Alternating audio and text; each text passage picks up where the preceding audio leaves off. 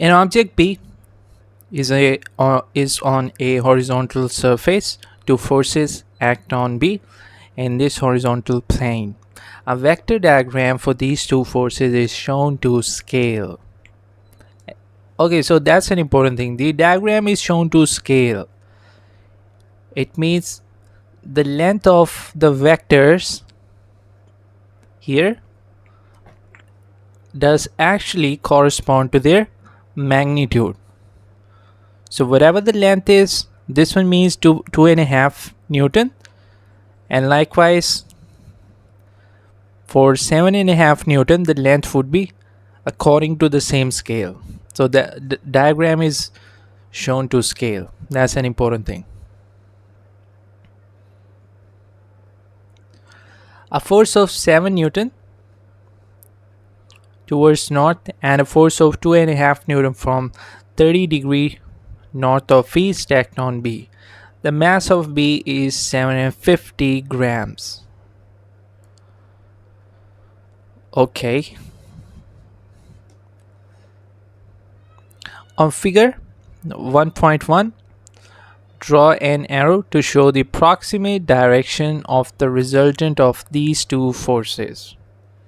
Kind of an easy one, just for 1 mark. We need to show the direction of the resultant of two forces. So which one of these two forces do we consider the first one? It's up to us. I'd like to go with this force as the first one.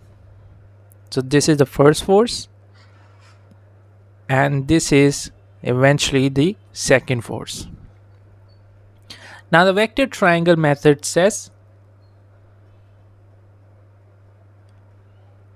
place the second vector at the end of the first one. So we need to pick up this vector, the second vector. Now I'm going to place it at the end of the first one.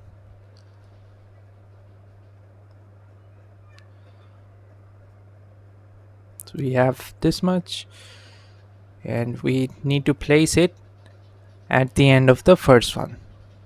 So we pick it up from here, we place it at the end of the first one in the same direction.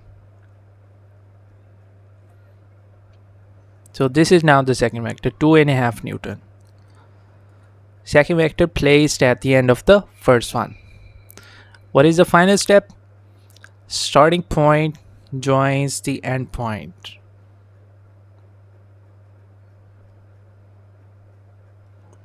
Which would be something like this. So starting point joins the end point, and this is the direction of the resultant vector, in which starting point joins the end point.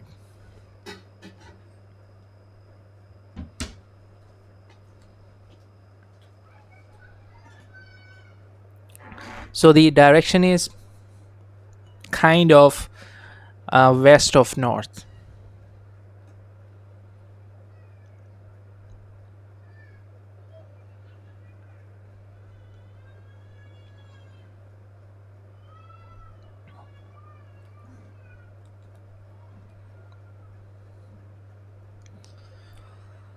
So that answers the first one. Let's move on to the next part. Show that the magnitude of the resultant force on B is 6.6 Newton.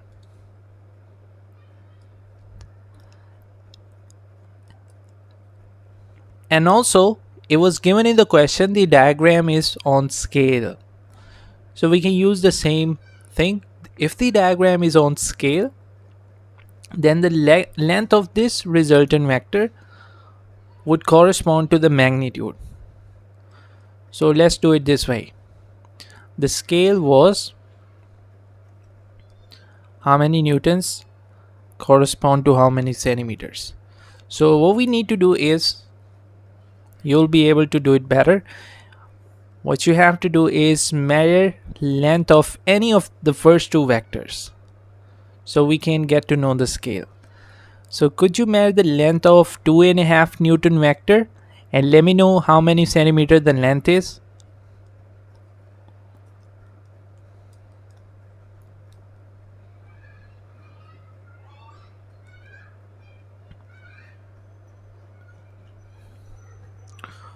For the vector of 2.5 Newton. Okay, how much? 1.5. Okay, all right. So 1.5 centimeter. All right, and sometimes when you solve it on the sheet of paper, it could be slightly different because we're not getting the print as it is. The dimensions are kind of disturbed, but we'll solve accordingly. Whatever we have on the sheet of paper, we'll just solve it accordingly. So if 2.5 Newton represent 1.5 centimeter, then could we find the length in centimeter of the resultant vector? Could you tell me the length of this vector?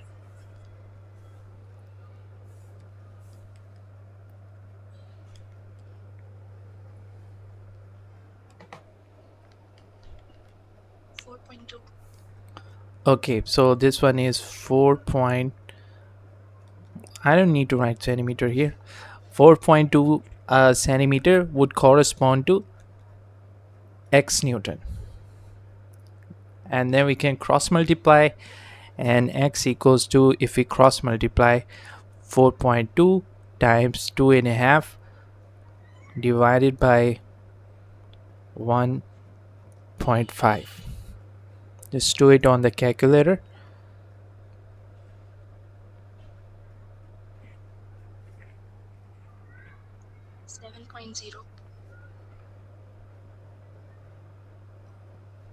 7.0 Newton. That makes sense because this resultant vector has to be slightly smaller than this one, because some of the stuff of the second vector is being subtracted from the first vector. And matter of fact, it's just like the same question if the airplane, yeah, the one with the airplane, or otherwise you can just check out their lengths. This one is the longest one, so the magnitude wise this one has to be the greatest.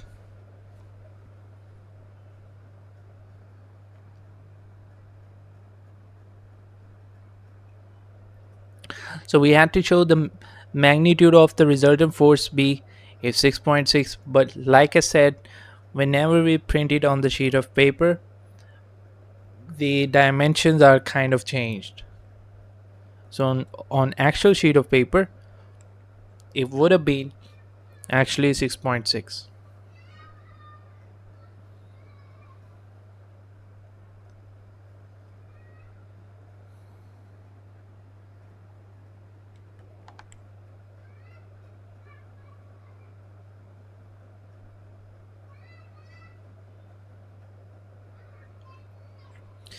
Alright, on to the next one. Calculate the magnitude of the acceleration of B produced by this resultant force.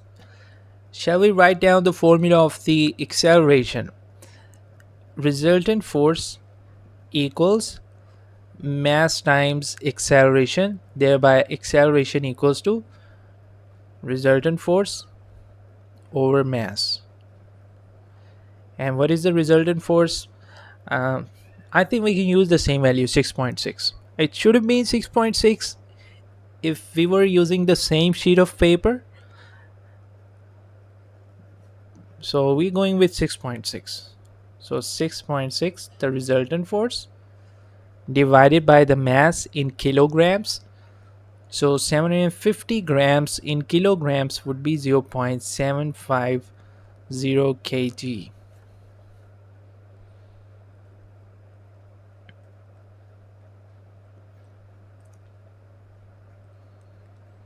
So what do we get? 8.8.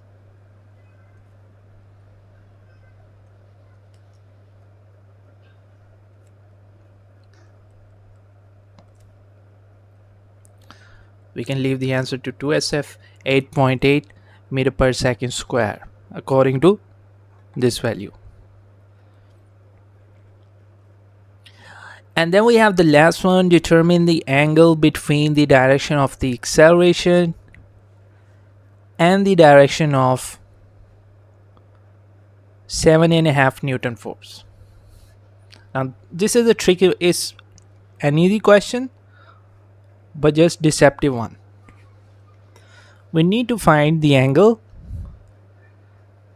between the direction of acceleration, means the angle between the acceleration vector and the direction of 7.5 Newton force.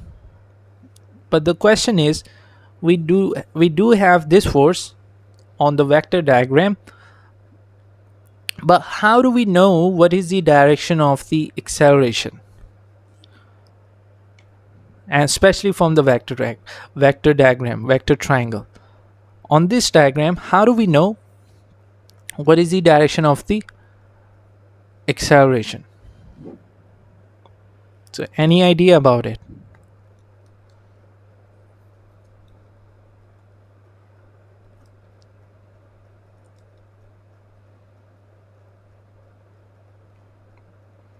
The thing is, acceleration is in the direction of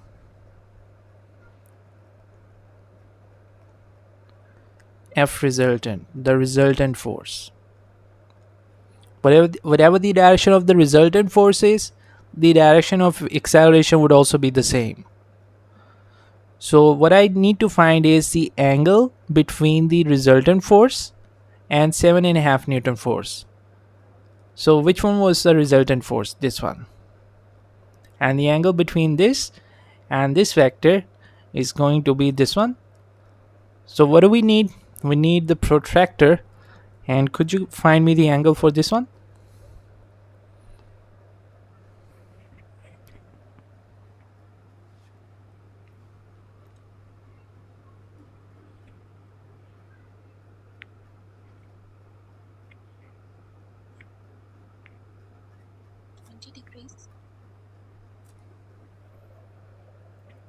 Yes.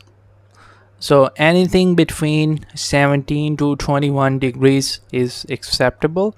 So I'm going to write 20 degrees.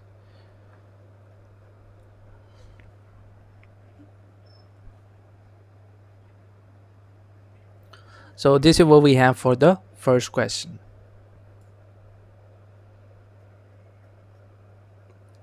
Let's take a look at the other one. Force is a vector quantity. State 3 other vector quantities.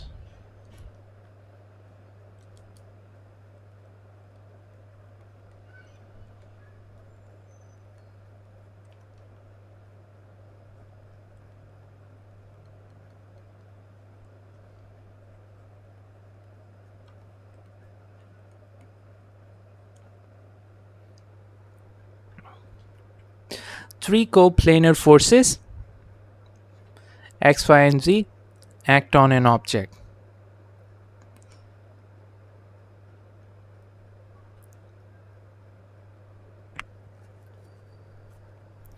Use figure 3.2 to estimate the magnitude of Y for X equals to 0. Okay, so something like this. And I think it's exactly on the mark 70.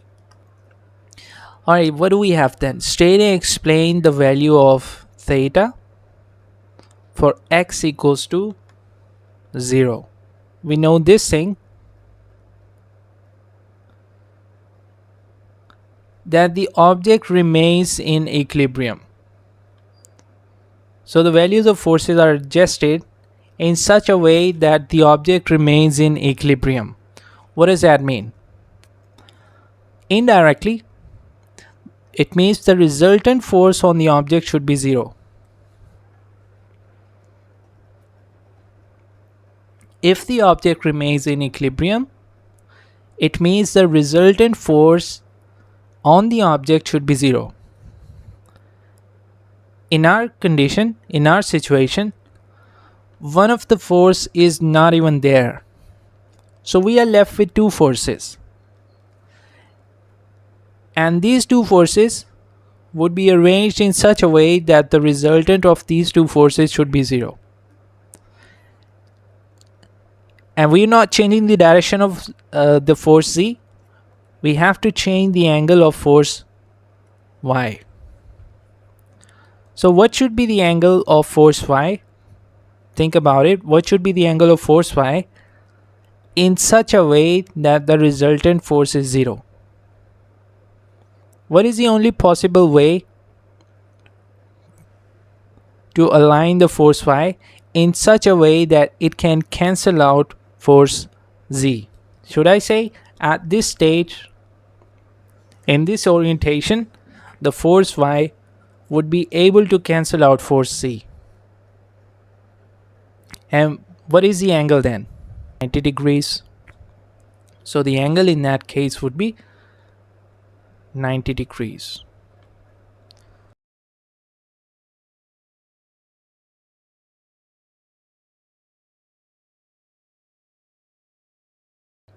Then we have the third one. The magnitude of x is increased to 160 degrees.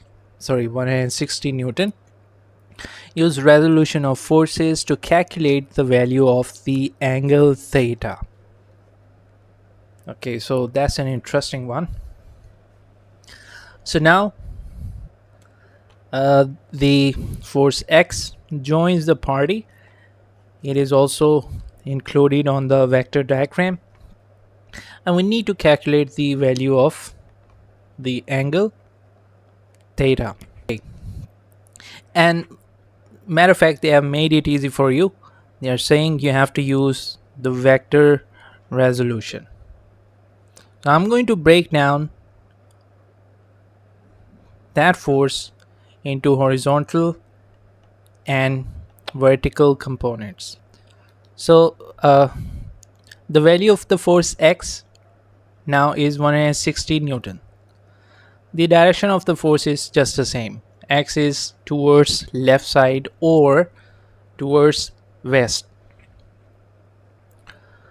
Now let me ask you the question. Which one of the remaining two forces would be able to balance the force x? Which one of the two forces? And then the follow-up question could be, what component of that force?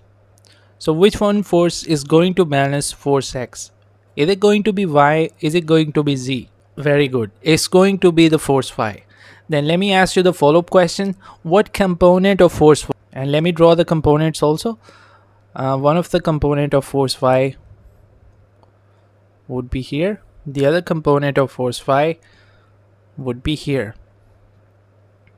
Because the force y was in top right corner, so one of the component is towards the right side, one of the component is upward.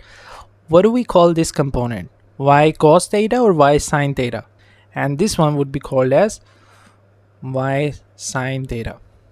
So I should be saying that the horizontal component of force y, which is y cos theta, that equals to 160 Newton. And likewise, the vertical component of the force y, y sin theta, that equals to the vector z. Do we know the value of vector z? So we have this this thing over here. We can use these two equations. We can find the value of angle. So what do we do? What if I call this one equation 1 and this one as equation 2? And I'm going to do a bit of mathematics here. Just let me get rid of this thing. This one was 160 Newton. Okay, so what I'm going to do is I'm going to do this thing. Equation number 1 divided by equation number 2. So y cos theta divided by y sin theta. Or let's do it the other way. So we get something that you would be familiar with. So y sin theta divided by y cos theta. Let us divide the right sides also. 70 divided by 160. So equation number 2 divided by equation number 1. only because you must be aware of what we have: sine theta divided by cos theta. Now in the first step, I can just cancel out y with the other one y. They get cancelled out. We are left with sine theta over cos theta, which is tan theta, right? Sine theta divided by cos theta is tan theta. So 70 divided by 160, what do we get? Okay, 0.438. Can we now take tan inverse of this answer? So theta equals to tan inverse of whatever this answer was. Alright, up next we have the next thing. We need to find the magnitude of the force y. And why do we do so? It is because we have already found the angle theta. I can use any of the two equations. I can use equation number 1, I can use equation number 2, and I can easily find the magnitude of the vector y. So y sine theta equals to 70. Let's go with this one. Press the fraction button and write it down as it is on the calculator, on the fraction button. Okay, 172 point something in 2SF, I can write it as 100. And alright, so we're done with this part as well. Let's move on to the next one. The angle theta decreases as x increases. Explain why. Kind of an easy question, just for 1 mark. Explain why the object cannot be in equilibrium for angle theta equals to 0. What does that mean, angle theta equals to 0? Means the force y is now only towards right side. There is no upward effect of the force y. In this case, why the object cannot be in equilibrium? Because in that case, no component of y would be able to cancel out the force c, and force c would always be there as a resultant force. Hence, the resultant force cannot be 0.